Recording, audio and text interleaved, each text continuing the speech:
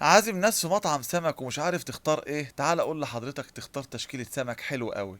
روح بقى لسمكة اللوت وهات اعملها بالشكل الحلو اللي قدام حضرتك ده. تتعمل مقلي جزل بتبقى زي الفل، خصوصا بالتتبيلة بتاعتنا ومعاها شوية الدقة والشكل الرائع اللي انت شايفه ده.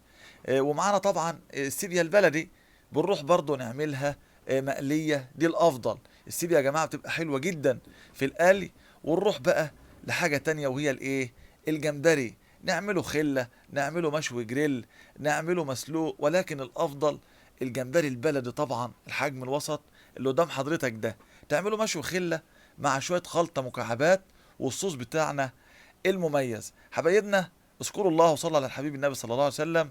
وطبعا كل الطرق وكل التتبيلات وكل الصوصات وكل ما يخص عالم الاسماك موجود على قناة الشيف رضا شعبان فودة على اليوتيوب وعلى الفيسبوك. شرفونا بالاشتراك فيها وتابعونا وادعمونا كده بلايك وتعليق جميل. يبقى بنختار اللوت والسيبيا والجمبري لما نكون عازمين حد طبعا، عايزين نعمل شغل عالي. يبقى نروح بقى شوية بوري نعملهم زيت وليمون مقفول او رده مقفول مع الاكله دي تبقى حلوه. شويه شوربه سي فود، شويه سلطه، بالف هنا وشفا ليكم. اشوفكم على خير والسلام عليكم ورحمه الله وبركاته.